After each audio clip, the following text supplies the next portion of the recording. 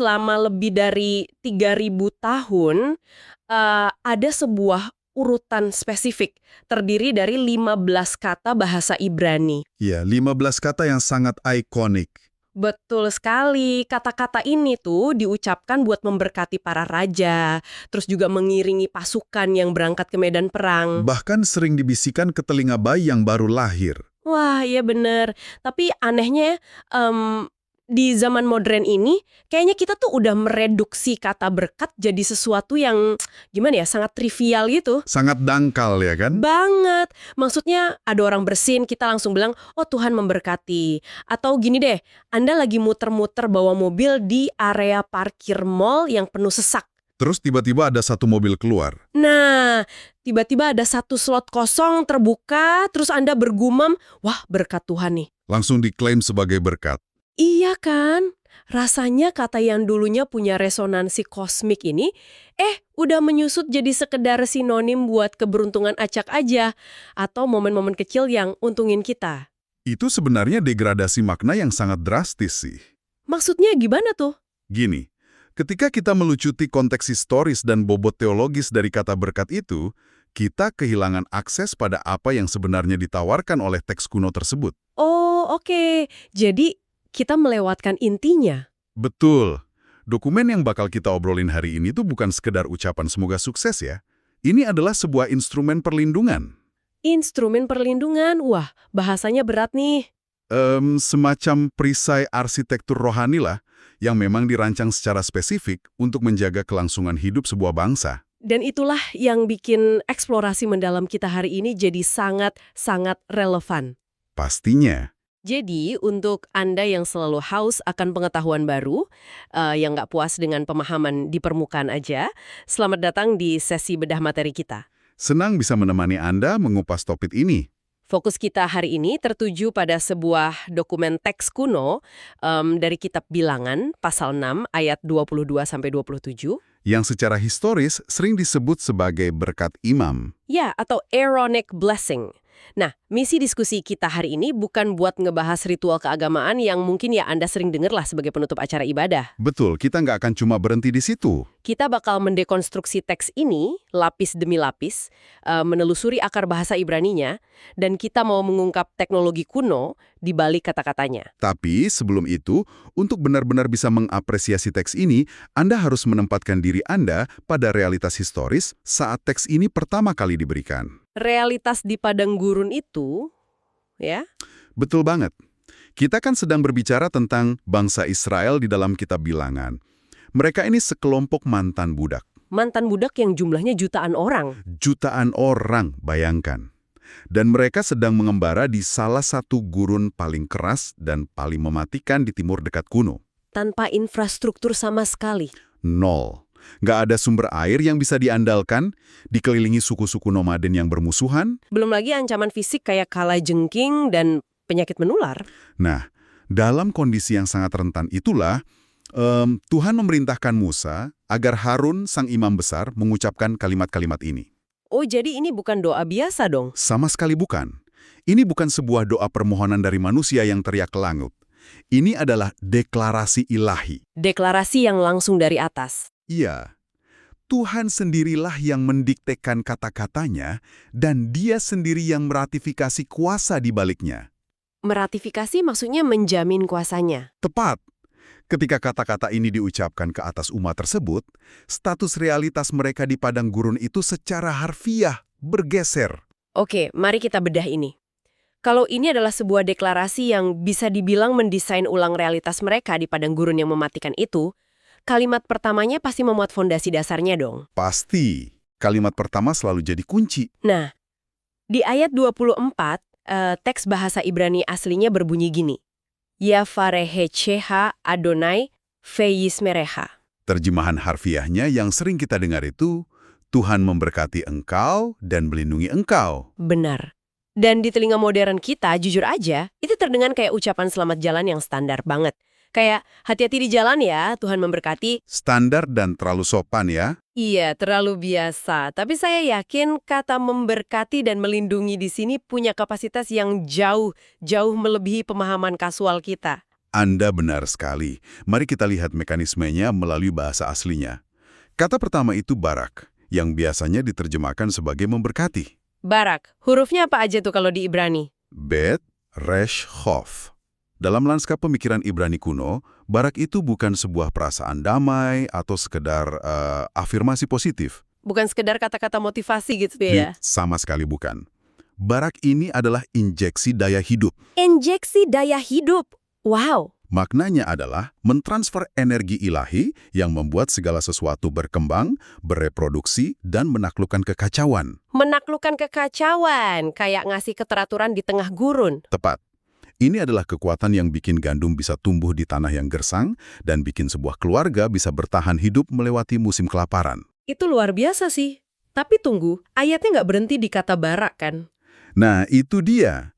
Hal yang paling krusial adalah apa yang langsung mengikuti daya hidup tersebut, yaitu kata syamar. Syamar, yang sering diterjemahin jadi melindungi. Iya, tapi gambaran visual aslinya jauh lebih agresif dari sekedar melindungi. Agresif gimana maksudnya? Syamar itu adalah tindakan membangun pagar duri di sekeliling sesuatu yang berharga. Pagar duri, wow. Coba Anda bayangkan penjagaan militer dengan tingkat kewaspadaan maksimum, di mana sang penjaga tuh nggak pernah memejamkan mata sedetik pun. Terus-terusan memindai cakrawala ya? Betul, memindai cakrawala dari setiap ancaman yang mungkin mendekat. Itu syamar. Oh, oke. Jadi barak itu adalah energi yang menghasilkan pertumbuhan. Dan syamar adalah barikade militer yang mengelilingi pertumbuhan itu. Yang paling menakjubkan di sini adalah implikasi dari penggabungan kedua konsep ini. Iya, kenapa Tuhan langsung memformulasikan barak berbarengan dengan syamar? Kenapa tuh? Karena dalam teologi Ibrani, berkat yang diekspos tanpa penjagaan adalah sebuah kerentanan, sebuah bencana yang tinggal nunggu waktu. Bencana, maksudnya berkat bisa jadi bencana. Gini, Tuhan tidak hanya melempar sumber daya ke arah Anda, terus membiarkan Anda berjuang sendiri mempertahankannya. Oh, paham.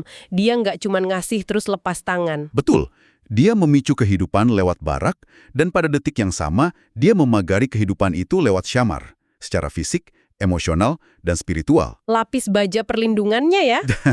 Ya, dia memastikan bahwa apa yang udah dia inisiasi itu nggak akan layu oleh panas matahari, nggak dirampas oleh musuh, dan nggak membusuk dari dalam. Wah, itu benar-benar ngubah cara kita melihat keberhasilan sih. Coba Anda bayangin ini buat pendengar di rumah. Silakan, analogi apa tuh? Mendapatkan barak tanpa syamar itu ibarat gini, Anda baru aja dibelikan smartphone paling canggih dan paling mahal di dunia. Oke, itu baraknya ya. Betul, itu barak. Tapi Anda nggak beli casing pelindung yang kuat, nggak pasang screen protector, dan nggak punya asuransi. Wah, bahaya banget itu. Banget. Satu kali jatuh aja di aspal, semuanya hancur berkeping-keping. Masalahnya bukan cuma hancur mendadak sih.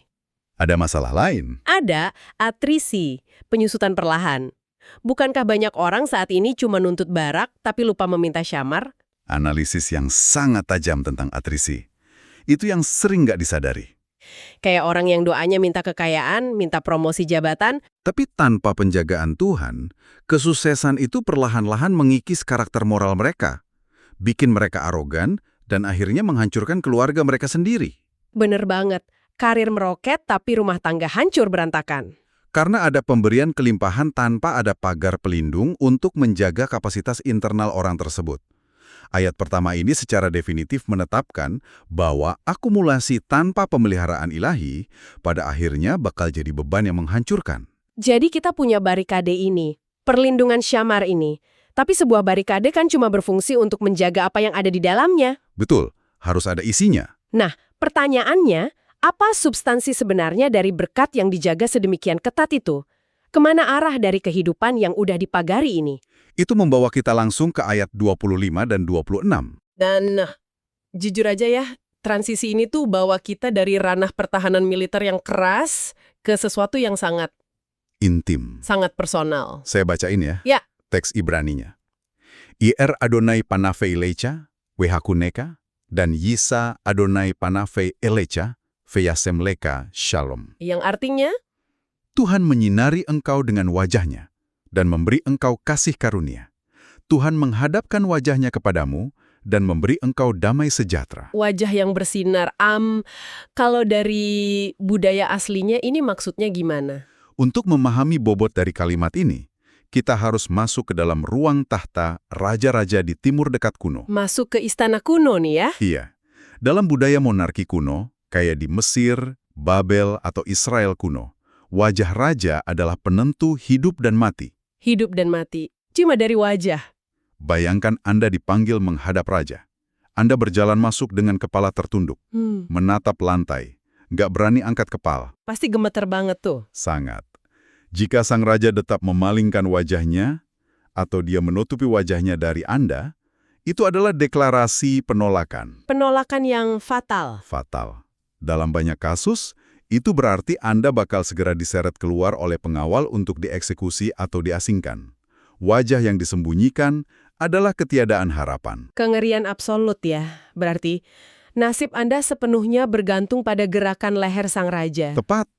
Namun, jika sang raja mengangkat wajahnya, sebuah tindakan yang dalam bahasa Ibraninya disebut nasa panim. Nasa panim, mengangkat wajah. Iya, dia mengangkat wajahnya dan menatap Anda. Lalu wajah itu memancarkan or, yaitu terang perkenanan, maka seluruh realitas Anda berubah seketika. Anda aman. Anda aman. Dan lebih dari itu, Anda diistimewakan. Wajah raja yang bersinar ke arah Anda berarti Anda punya akses langsung ke sumber kekuasaan. Oh wow, dari situlah mengalir kata berikutnya ya, Chen? Betul, Chen. Kasih karunia yang gak layak kita terima.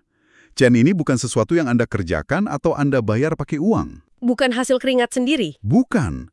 Itu adalah kemurahan hati, kedaulatan yang diberikan semata-mata karena sang raja berkenan kepada Anda. Oke, mari kita bawa konsep ruang tahta kuno ini ke pengalaman keseharian kita. Karena disinilah bagian yang sangat menarik. Gimana tuh aplikasinya di zaman sekarang? Mekanisme dari wajah yang terarah ini sebenarnya masih beroperasi dalam psikologi manusia modern. Coba Anda bayangkan, Anda lagi duduk di sebuah kafe. Oke, nongkrong di kafe. Bersama seseorang yang sangat penting bagi Anda. Anda sedang ceritain krisis terbesar dalam hidup Anda minggu ini, sambil nangis-nangis mungkin? Terus teman Anda ini ngerespons gimana? Nah, orang di seberang meja ini terus menatap layar ponselnya. Tubuhnya secara fisik ada di sana, telinganya dengar suara Anda, dia mungkin sesekali bergumam, oh gitu. Tapi matanya ke layar terus. Wah, itu nyebelin banget sih. Nyebelin dan bikin sakit hati. Wajahnya, perhatian pribadinya, fokus kognitifnya sama sekali nggak ada buat Anda. Anda pasti merasa terisolasi, kan? Rasanya sangat merendahkan. Kayak kita tuh nggak penting. Betul. Lalu tiba-tiba, orang itu mengunci ponselnya, meletakkannya tertelungkup di atas meja, dia mencondongkan tubuhnya ke depan, menatap lurus ke dalam mata Anda. Ngasih perhatian penuh. 100% ruang mentalnya cuma buat Anda. Pada detik itu, seolah-olah nggak ada hal lain di dunia ini yang lebih penting darinya mendengarkan Anda. Bukankah itu esensi dari nasa panim? Tepat. Itu bukan sekedar lampu sorot yang diarahkan secara acak. Itu adalah fokus absolut dan tak terbagi. Pemikiran bahwa pencipta alam semesta memberikan perhatian eksklusif dan terkalibrasi khusus untuk Anda di tengah miliaran manusia lainnya, itu gila sih. Secara psikologis, itu sangat mengubah cara kita memandang diri sendiri. Dan hasil akhir dari fokus ilahi yang gak terbagi itulah yang melahirkan kata terakhir di ayat tersebut, yaitu Shalom. Shalom, damai sejahtera. Nah, di dunia barat modern, kita cenderung mendefinisikan damai sebagai ketiadaan konflik, kayak ketenangan saat Anda berlibur sendirian di villa pinggir pantai. Nggak ada suara klakson, nggak ada bos yang marah-marah. Ya, tapi shalom dalam bahasa Ibrani menuntut sesuatu yang jauh lebih substansial dari sekedar sepi. Shalom adalah keutuhan yang radikal. Keutuhan radikal? Maksudnya gimana? Ini adalah kondisi di mana setiap helai kain realitas Anda ditenun kembali ke tempat yang semestinya. Oh, yang robek dijahit lagi. Betul, nggak ada yang kurang, nggak ada yang patah, nggak ada yang terhutang. Ketika sang pencipta mengarahkan panimnya, wajahnya, kepada Anda dengan kasih karunia atau Chen. Maka kecemasan eksistensial kita sirna. Benar, karena relasi kita dengan sumber keberadaan kita telah pulih sepenuhnya. Itulah shalom sejati. Sebuah keutuhan yang radikal. Saya suka banget frasa itu. Dari pembedahan makna kata per kata yang luar biasa ini, saya sempat menelusuri catatan sumber kita. Ada yang menarik dari catatannya? Ada satu hal yang bikin saya agak bingung awalnya.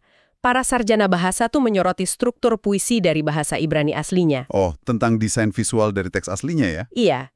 Awalnya saya mikir, oke, ini puisi kuno. Mungkin ada rima tertentu di akhir kalimat. Kayak pantun gitu loh, ABAB. Tapi ternyata bukan itu mekanismenya kan? Bukan, nggak ada rima bunyi kayak puisi modern.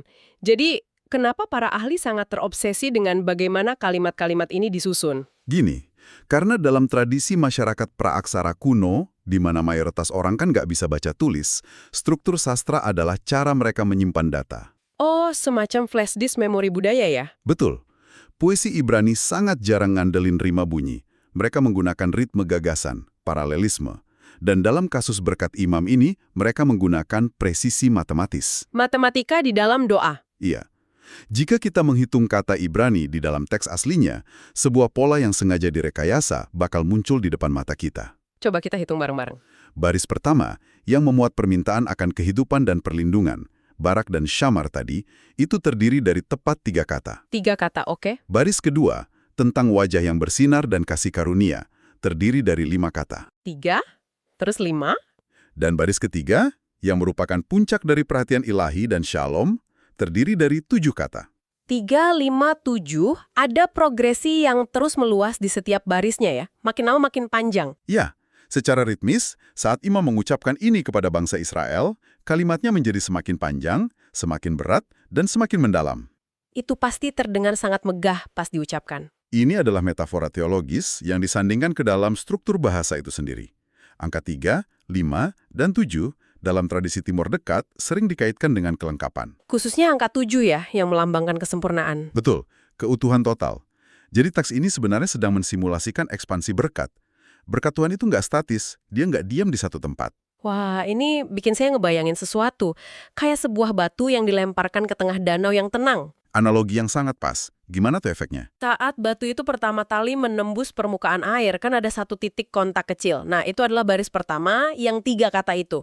Fokus di Anda secara personal. Tapi dampaknya nggak berhenti di titik itu kan? Enggak. Riak air mulai terbentuk. Riak pertama yang melingkar keluar makin membesar. Itu yang 5 kata. Meluas ke lingkungan terdekat. Benar. Dan gelombang itu nggak kehilangan momentum. Dia justru mendorong lebih kuat, melebar lebih jauh, jadi riak 7 kata. Yang pada akhirnya menyapu seluruh permukaan danau hingga ke tepi. Menjangkau segala arah. Pengaruh dari berkat Tuhan itu merambat keluar dari perlindungan personal Anda, tumpah ke dalam relasi keluarga Anda, mempengaruhi cara kerja Anda, dan pada akhirnya mendatangkan shalom ke komunitas di sekitar Anda. Visualisasi yang sangat akurat. Ekspansi riak air ini menunjukkan bahwa berkat ilahi menolak untuk dikurung dalam batasan individualisme. Berkat itu menuntut untuk dibagikan ya. Ya. Dan saat gelombang berkat ini mencapai titik terbesarnya di baris ketiga, dia mengantarkan kita pada konklusi utama dari seluruh ritual ini di ayat ke-27. Semua gelombang ini pasti bermuara ke satu tujuan air. Pasti. Kemana arah dari semua ekspansi berkat ini? Jadi apa makna dari semua ini? Mari kita lihat muara dari gelombang ini di ayat 27. Silakan dibaca teksnya. Setelah semua deklarasi tentang penjagaan, wajah yang bersinar, dan keutuhan yang radikal, Tuhan berfirman kepada Musa, demikianlah mereka harus meletakkan namaku atas orang Israel. Teks Ibraninya menggunakan kata Shemi yang berarti namaku. Ini sangat menarik. Kenapa berkat yang sedemikian masif ini ditutut bukan dengan janji tentang tanah yang subur atau kemenangan militer gitu? Kenapa malah peletakan nama? Di dunia kuno, sebuah nama merangkum esensi, otoritas, karakter, dan identitas dari individu tersebut. Jadi bukan cuma sekedar panggilan ya? Bukan. Ketika seorang penguasa meletakkan namanya di atas sebuah kota atau di atas seorang abdi, itu adalah klaim kepemilikan mutlak dan deklarasi perlindungan. Oh, kayak segel kepemilikan. Betul. Penguasa itu pada dasarnya berkata, orang ini adalah perpanjangan dari identitasku di dunia. Kalau kamu nyentuh dia, kamu berurusan sama aku. Wow, jaminan keamanan level tertinggi? Makanya, puncak dari berkat imam ini bukanlah apa yang Tuhan berikan kepada Anda secara material. Puncaknya adalah apa yang terjadi pada status identitas Anda. Anda diubah menjadi pembawa nama Tuhan. Iya. Anda diutus ke dunia yang kacau bukan hanya sebagai penerima berkat, melainkan sebagai representasi hidup dari karakter sang pemberi berkat. Masuk akal. Tapi ini saat yang tepat untuk mengajukan pertanyaan yang sedikit lebih pragmatis dari sudut pandang pendengar kita. Boleh, silakan. Kita dari tadi ngomongin identitas teologis tingkat tinggi, membawa nama, mengejar kehadiran wajah Tuhan, tapi mari kita jujur tentang realitas manusia. Realitas di lapangan yang keras ya. Banget. Kalau saya baru aja kehilangan pekerjaan, atau kalau bisnis saya terancam bangkrut bulan depan, atau saya lagi berjuang melawan penyakit kritis. Pasti fokusnya beda. Iya dong, saya nggak bakal mikirin tentang wajah raja kuno. Saya sangat membutuhkan tangan Tuhan. Saya butuh intervensi nyata, saya butuh cek buat bayar tagihan rumah sakit. Tentu, itu respon yang sangat manusiawi. Pertanyaan saya, kenapa dalam sumber yang kita bahas hari ini, ada penekanan yang sangat keras pada prinsip bahwa lebih penting wajah Tuhan daripada tangannya? God's face is greater than God's hand. Betul. Kenapa wajah Tuhan dianggap jauh lebih krusial daripada tangannya di tengah krisis yang nyata? Bukannya kita lebih butuh pemberiannya saat lagi susah? Adalah insting dasar untuk menginginkan tangan saat kita berada dalam krisis. Anda sedang berpikir seperti seorang konsumen modern yang mencari transaksi instan untuk menyelesaikan masalah spesifik. Iya, butuh solusi cepat. Bayar utang, selesai. Namun, mari kita kembali ke realitas ekonomi dan sosial bangsa kuno yang menerima berkat ini. Di dunia kuno, nggak ada yang namanya asuransi sosial, nggak ada dana pensiun dari pemerintah. Nggak ada BPJS atau subsidi negara ya? Sama sekali nggak ada. Bertahan hidup berarti Anda harus terafiliasi dengan seorang patron, seorang penguasa atau tuan tanah yang kuat. Oke, pelindung finansial gitu. Betul. Jika patron Anda memberikan setumpuk gandum dari tangannya, Anda akan bisa makan selama 1 bulan. Itu adalah intervensi yang Anda butuhkan. Tangan Tuhan ngasih berkat gandum. Iya, tetapi bulan depan Anda akan kembali kelaparan. Tangan hanya memberikan transaksi 1 kali. Oh, saya mulai paham arahnya. Namun, jika Anda berhasil mengamankan wajah sang patron, jika Anda punya perkenanannya, masuk ke relasi perlindungannya yang permanen, maka Anda dan generasi setelah Anda nggak akan pernah kelaparan. Mengincar tangan Tuhan berarti cuma ngejar produk yang ada tanggal kedaluarsanya. Tepat sekali. Mengincar wajah Tuhan berarti Anda mengamankan relasi dengan sang produsen yang nggak akan pernah kehabisan sumber daya. Seperti kutipan di sumber kita, real blessing is His presence, not just His provision. Berkat sejati adalah kehadirannya, bukan cuma pemberiannya. Menjaga dan menyertai. Relasi Anda dengan sang patron menjamin pemeliharaan absolut. Wow, jadi mengejar wajah berarti mengamankan sumbernya secara permanen. Tepat. Dan bagi Anda yang mungkin mengamati teks Ibrani ini dari lensa iman Kristen, ini bukanlah sekedar konsep kuno yang mengambang di awang-awang. Bukan. Berkat ini kan nemuin realitas fisiknya berabad-abad kemudian. Jika kita kaitkan ini dengan gambaran besarnya, seluruh metafora puitis dalam berkat imam ini mengambil bentuk manusia di dalam perjanjian baru. Menjadi daging, istilahnya. Ya, konsep tentang wajah Tuhan yang memancarkan terang ke arah kita itu nggak lagi abstrak. Injil Yohanes pasal 1 dan surat 2 Korintus pasal 4 secara eksplisit menyatakan hal ini. Menyatakan bahwa terang itu ada pada Kristus. Betul bahwa terang kemuliaan Allah itu memancar dari wajah Yesus Kristus. Inkarnasi Kristus adalah momen di mana pencipta alam semesta secara harfiah menurunkan wajahnya untuk menatap langsung ke mata kemanusiaan. Dia nggak lagi jauh di atas tahta, tapi turun menatap kita. Lebih jauh lagi, konsep kinu kasih karunia yang nggak layak kita terima itu dan shalom digenapi secara absolut. Rasul Paulus nulis di Efesus pasal 2 bahwa dialah damai sejahtera kita. Yesus sendiri adalah damai sejahtera itu. Ya, meletakkan nama Tuhan di atas kita hari ini berarti kita diikutsertakan ke dalam identitas Kristus sendiri. Luar biasa. Dari pemahaman Ibrani kuno, narik benang merah sampai ke pemahaman modern. Dan ini memunculkan satu pertanyaan penting bagi kita semua. Setelah memahami kedalaman teks ini, bagaimana Anda, pendengar kita, mendefinisikan berkat hari ini? Iya, apakah definisinya masih sama kayak pas awal diskusi tadi? Jika metrik Anda masih terjebak pada jumlah angka di rekening bank, ukuran rumah, atau seberapa mulus karir Anda sebenarnya sedang mengandalkan casing rapuh yang bisa retak kapan saja. Barak tanpa syamar. Betul. Tetapi, jika standar Anda beralih pada berkat imam ini, pertanyaannya berubah secara radikal. Dari berapa banyak keuntungan yang saya dapatkan hari ini, menjadi apakah saya berjalan dalam penjagaan syamar dan perkenanan wajah Tuhan hari ini, terlepas dari apapun tantangannya. Itu adalah perubahan paradigma yang benar-benar total. Kita udah menelusuri gimana teks kuno ini menolak banget mendefinisikan berkat sebagai sekedar keberuntungan acak. Ia mendefinisikannya sebagai daya hidup yang dipagari kuat oleh penjagaan ilahi. Berpusat pada perhatian Sang Pencipta yang terfokus penuh kepada Anda, membawa kasih karunia dan keutuhan radikal, meluas kayak riak air yang tak terhentikan, dan bermuara pada peletakan identitasnya ke atas hidup Anda. Sebuah perjalanan dari ayat ke ayat yang sangat kaya. Dan untuk Anda yang lagi menyimak sekarang, saya ingin kita menutup eksplorasi mendalam kita ini dengan menguji teori ini langsung. Kita terapkan ke dalam realitas hidup Anda besok pagi. Tantangan praktis nih ya. Betul, coba kamu bayangkan besok pagi bangun tidur, terus harus melangkah masuk ke sebuah lingkungan yang sangat menekan. Mungkin kantor yang toksik. Bisa jadi, ruang rapat di mana Anda tahu kolega Anda bakal coba menjatuhkan Anda, atau mungkin reuni keluarga, di mana ada konflik bertahun-tahun yang belum selesai dan hawanya nggak enak banget. Secara naluriah, orang pasti masuk ruangan itu pakai mode bertahan. Iya, defense mechanism-nya nyala. Anda masuk membawa nama Anda sendiri, reputasi Anda sendiri, dan kecemasan Anda sendiri. Siap-siap berantem pokoknya. Tapi, coba renungkan ini. Gimana kalau sebelum Anda memutar gagang pintu ruangan itu, Anda menyadari bahwa Anda sedang mengenakan berkat imam ini? Anda punya perlindungan barikade militer kosmik tadi. Iya, Anda nggak berjalan masuk ke medan pertempuran itu dengan nama Anda sendiri. Anda masuk ke ruangan itu membawa nama sang penguasa.